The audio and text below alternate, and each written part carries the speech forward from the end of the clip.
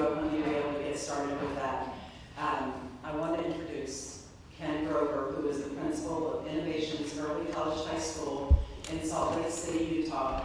I first met Ken 2 years ago, one of the first schools that I visited when we started on this mission of what does educational innovation look like, and discovered that not only was he doing it, but he was doing it within his public district. And he was making it happen in such a way that it was not just impacting his students, but also the students in the more traditional schools in his district. So I invite you to enjoy this time as Ken talks to you about mindset for innovation. Great, thank you.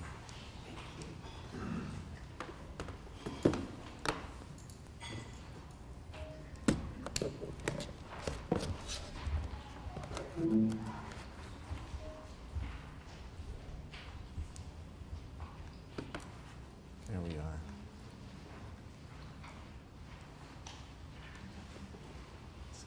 Good. Can you hear me all right? Just gonna see if I can position this.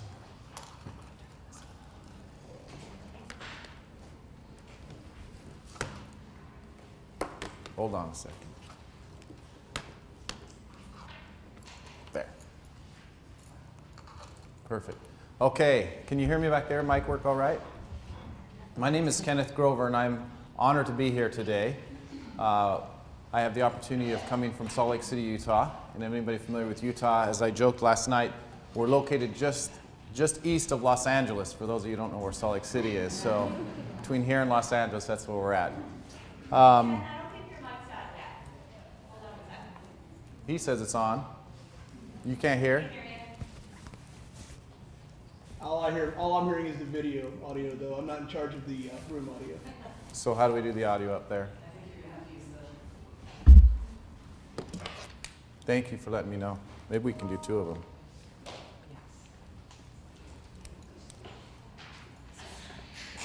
No problem. There, now you're on. Hold on. Look at this stub.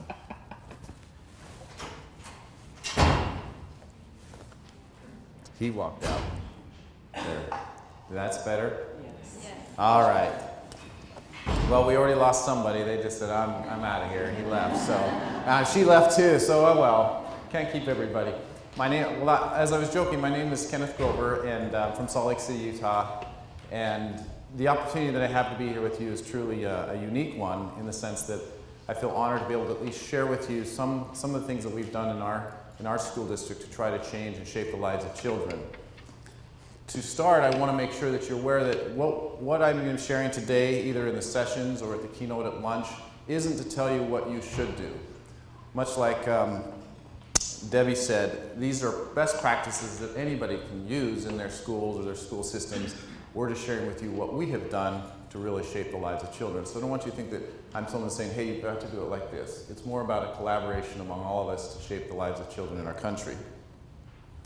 But like I said, I am currently both the director in our district, you know how you wear multiple hats, as well as the principal of Innovations Early College High School. And we're in Salt Lake City School District. A little bit about our district is we're 25,000 students. We're in an urban setting, about 60% poverty.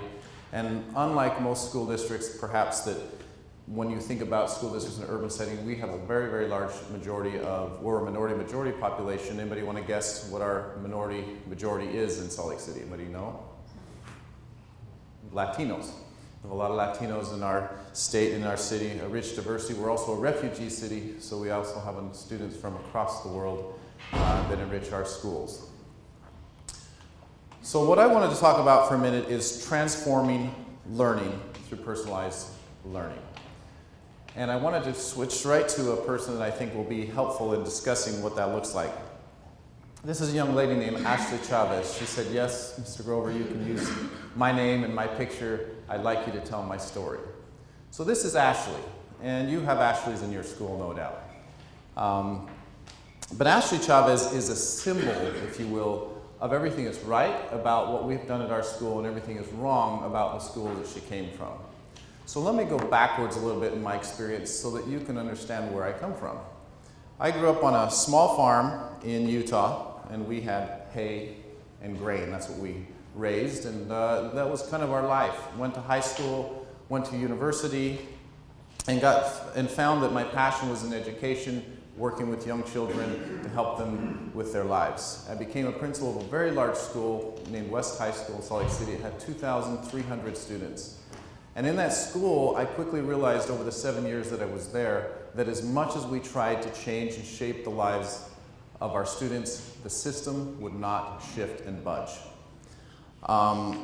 For example, I was mentioning this morning, it took us negotiations of over 3 to 4 months to adjust our school day by 1 minute. That's the kind of rigidity our system was in. I'm sure you don't have that problem here, but in any case, realizing that if I was going to have a school that met the needs of Ashley, we couldn't pretend that the traditional school was going to ever fill and meet that need. You've heard of many people talk throughout the last 5 or 6 years, no doubt, about what does it look like? Why are we still in a traditional mindset? Why are we still doing factory model schools, time, date stamped kind of idea with the student? I guess that question is why? I guess because we're not comfortable in taking a shift and taking a risk in what was mentioned in visionary leadership. But at this point when I was at West, so speaking up back to West, I was at the school and I had a young lady named Jessica who came to my office, and she was very frustrated. She was a junior. She wanted to move quicker than she wanted to, but she had some ELL challenges in the sense that she had only been in our country for about 3 years. And the way the system was working, she couldn't engage in any meaningful classes because she still had to show competency in her English language before she could move into other courses that she was excited about, particularly in the healthcare industry. But at the end of that year, because of all the frustration she had and felt, she didn't drop out of school, she literally walked away. And when I communicate and talk with my Board of Education or with other educators, dropout sounds like something that just randomly happens. You don't know how that possibly happened. They're just gone. Where did they go? But when you say walk away, it's an active verb that they said, you know, this isn't working for me and I'm just going to leave this situation. And we lost her. And we lost the momentum that she could have had simply because the system wouldn't budge and adjust. So now I speed up to Ashley. So Ashley Chavez is the reason that I'm here today talking to you. Ashley Chavez came to our school and began Innovations High School 4 years ago, reading at a 6th grade level. And in a traditional school in our city, at a 6th grade level, you would have been transferred immediately to where? You guys have these here? An alternative school? So she would have been sent to an alternative school, not because there was a behavior, a weapon, or a drug violation, simply because she was not at level. And the high schools wouldn't want to have her there because why? Because it would count against their data and their accountability measures. So Ashley Chavez was not set on a path of success. And so I'll leave that with you for a moment because I just want to leave that teaser because I'm going to come back to Ashley at lunch to tell you what happened with Ashley because she's now a senior. But I want to talk about mindsets and what you can do to shape the lives of children in your schools if you just can alter your mindset. So today, for example, you're in the right place. I put up here, if you believe your schools can transform. Anybody believe your schools can transform? Think you can do it? You notice there's a key word I use. I don't use change. If I say change in my school system, I get killed. So transform is actually a much better word because transform is over time. I often joke with my son. I say, son, I didn't transform into this huge muscly guy overnight, son. This is a transformation of years. I mean, I try to help him understand what the idea of transformation is. Transformation takes time. It takes commitment. It takes the idea that we're not going to have everything solved today. We're not going to change to a new car. We're going to transform into a new school rather than just changing overnight. Are you willing to do the impossible? Are you? Can you visualize yourself in front of your superintendent? If you're a superintendent, can you visualize yourself in front of your board? If you're a principal, can you visualize yourself in front of the superintendent, in front of the board, talking about this idea of how you want to transform your school? Can you? Can you visualize yourself having that conversation and board members looking at you like you are nuts? Happened to me. Do you want to be a visionary leader, or shall I say, do you want to continue to be a visionary leader? Visionary means you lay out a set of goals and expectations for an outcome sometime in the future. But what is that goal? What is that expectation? What is it you really want to achieve? Do you really think you can reach every child? Do you really think that no child will be, and I know what I'm going to say next, no child will be left behind, but do you really believe that can happen? I remember sitting in a district meeting much like this in my school district, and they said by the year 2014, we will have 100% graduates, 100% of our students reading it, blah, blah, blah, blah, blah. They went down the line, right? This is in about 2007. And I raised my hand, I said, that's impossible. And I almost lost my job with this. They said, Ken, you are such a negative person. I said, how can you possibly expect a different outcome if we don't do anything on the inputs? I said, if we don't do anything, we can't possibly reach these children because we haven't changed any of the inputs. It was a great conversation we had in the room after we talked about it. But visionary leadership means, can we get there with high expectations? Yes, particularly if you change how you do things. So I wanted you to imagine, on a mindset, what is it personalized for you? If you were in a school that you created for yourself, for your own children, for your grandchildren, for your neighbor's children, right? What kind of school would it look like? How would you personalize that school? Would it be a school without bells is the theme of this keynote? Could you create a school without bells? Because why do we have bells? Anybody want to throw it out there? Why do we have bells? Anybody? I hear something, but I can't see. We have bells for, in my opinion, for one reason, for control. We have bells for control. Why do we need to have bells in a school? Can a school thrive without a bell? Can an adolescent actually choose their learning? Can an adolescent actually control their environment? I'd say the answer is yes. But what are your expectations for today in pursuing that, in thinking about it? So I want you to imagine this, and this is my lead out to the rest of the day for wherever you go. Personalized learning, some people call it student-centered learning, some folks call it different names, but personalized learning is really meeting the needs of every student. Think about a school where you give a student control of their time. What would it look like? Total control of their time. Not the teacher's time, not the school bus time, not the athletic time, but time. You also give them control of their path. They get to choose, for the most part. I mean, we have to guide them, but they get to choose. The pace in which they move, pacing is so much a key to every human being's existence. I was born, I don't care, I mean, people are afraid. I was born in 1969. Anybody born in 1969? Oh, you're old. In 1969, but the two of us might be in total different learning. You might have had tremendous experience in your first 15 years of your life, and I might have had a different experience. But in a school setting, all of a sudden, the two of us are in the same classroom, supposed to learn the same thing at the same time, because that's what our birth date tells us. When all of us know in education that students are at all different places in their learning at any given time. No two students are at the same place, in any place in the world. So giving them control of their pace, and also their place for learning. So think about it. Just think, if we had whiteboards in here like Apple or Adobe, these software companies, they have these huge rooms with just whiteboards where you can just go throw up ideas. What would it look like if you were to put a school together in your district using the assets and resources that are available in your community? What would it look like? Think big, and then try to imagine how and when you would implement certain things. That's the idea of visionary leadership.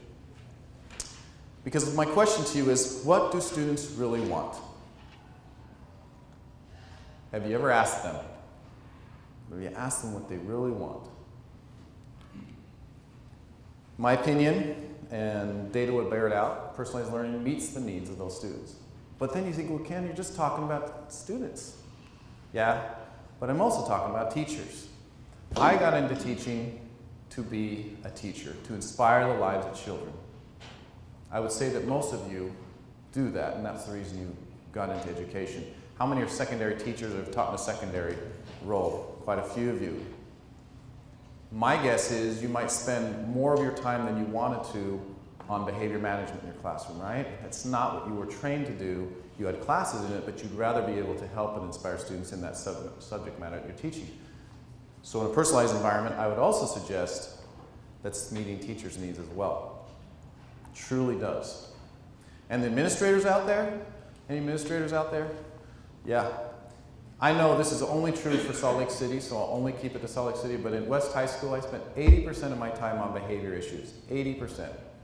It was ridiculous. And there were 4 of us, 4 administrators, and most of our time was spent in corrective, negative discipline dynamics. Kids were tardy, kids were late, kids were cutting class, occasionally the fights, then we had teacher-student frustrations, parent, you name it. 80%. I couldn't be an instructional leader. I couldn't even be a visionary leader. I was a fireman. All I was doing was running around, putting out fires. I didn't have time to even try to think about how we can make school different. And I would suggest it's probably not too much contrary to that in most schools, particularly in the secondary system in our country.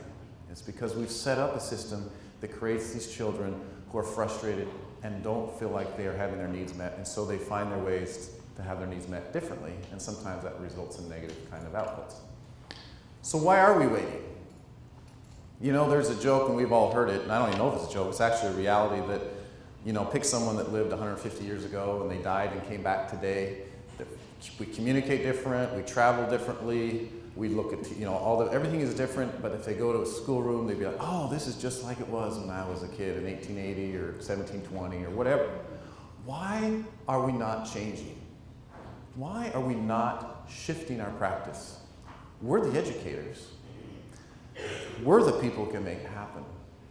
So I will leave you with this as we go into this great day of learning, innovation, and hopefully a lot of collaboration, because none of us have all the answers, but together we might. The room is smarter than the one, right? Is my Board of Education asked me this when I proposed a crazy idea about a kind of high school. They said, Ken, and my board they're intellectually smart, for the most part. There's nobody, this is not good, I'm just teasing them. They captured the idea that they wanted to do things that were better, so they said to me, Ken, if you can find a school like what you're proposing somewhere in this country and you can show that it's successful, then we will allow you to open up this school. That's what they said. And of course, there wasn't a model like that, so I said, I'm sorry, I missed it. Are we closing our high schools? Because it was the only pushback I had, because there was a successful model. And he says, why would we close our high schools? I said, well, President, we have 75% graduation rates. If Apple had put out 25% of their phones were bad, they'd be out of business. Yet we graduate only 75% of our students, and we consider that a success? I said, so are we closing our high schools? And I said, that's great, because now I have an idea how we could do everything different.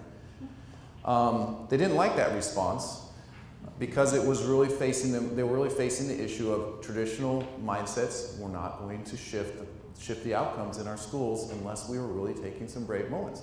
So in that regard, I simply said to them, you must trust leadership. Because any of you in this room, if you think you're a school manager, that's probably what you're doing if you don't have a vision. So I challenge you not to be a manager, because a manager is fairly simple to do. But being a leader takes courage. It takes a tremendous amount of courage, because somewhere, parent groups, student groups, teacher labor groups, which I understand in Arkansas don't exist very much, but in our school system we have labor groups, and then of course boards of education and every mindset you can imagine that is stuck in a certain way of doing things, not because they don't want to be inspired to transform, it's because they feel fearful of what could possibly happen. And yes, the lives of our children are at stake, and that's not the reason to stay in a traditional mindset. It's the very reason why we should be shifting our mindset into a much more dramatic place for our children. So why are we waiting? So I encourage you to push the boundaries of what's possible, and if you don't know what's possible, then push a little further and see what can be done. My role here today is simply to share with you some ideas that we have implemented that are really truly working, and to give you some pieces that you might use. You might steal everything that we're doing, you might only take 10%. But the idea is you can do this in your schools. Rural, urban, poor, wealth, doesn't matter. You can do this. So thank you. See you the rest of the day.